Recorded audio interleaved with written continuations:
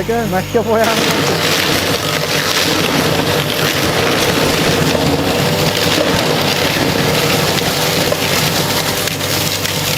Qayerga qo'yapsiz aka? Yirik jetkasi aka bu. Ya bu kichkina deb ja unaqa.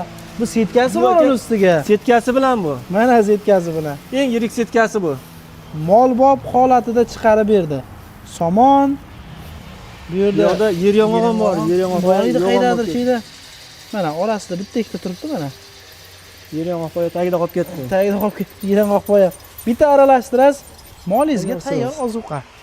Aka ko'pchilik setkasi chiqaryapmiz, setka bilan chiqaryapmiz. Chunki motor aka baquvvat ishonarli motor, unaqa arzon motor qo'yilmaydi bunga.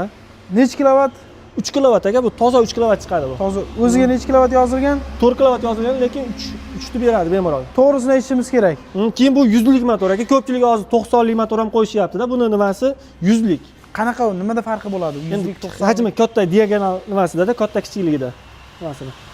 Buni hozir 4 kilovat bilan deyarli bir xilda. Og'irligi ham 4 kilovat bilan bir xilda razmeri. Ko'rsating yaqinroqqa bitta motorini. Mana bu motor hozir 3 kilovatligi. Endi mana bu tomonni ko'rsating, mana 4 kilovatligi bilan bir xilda.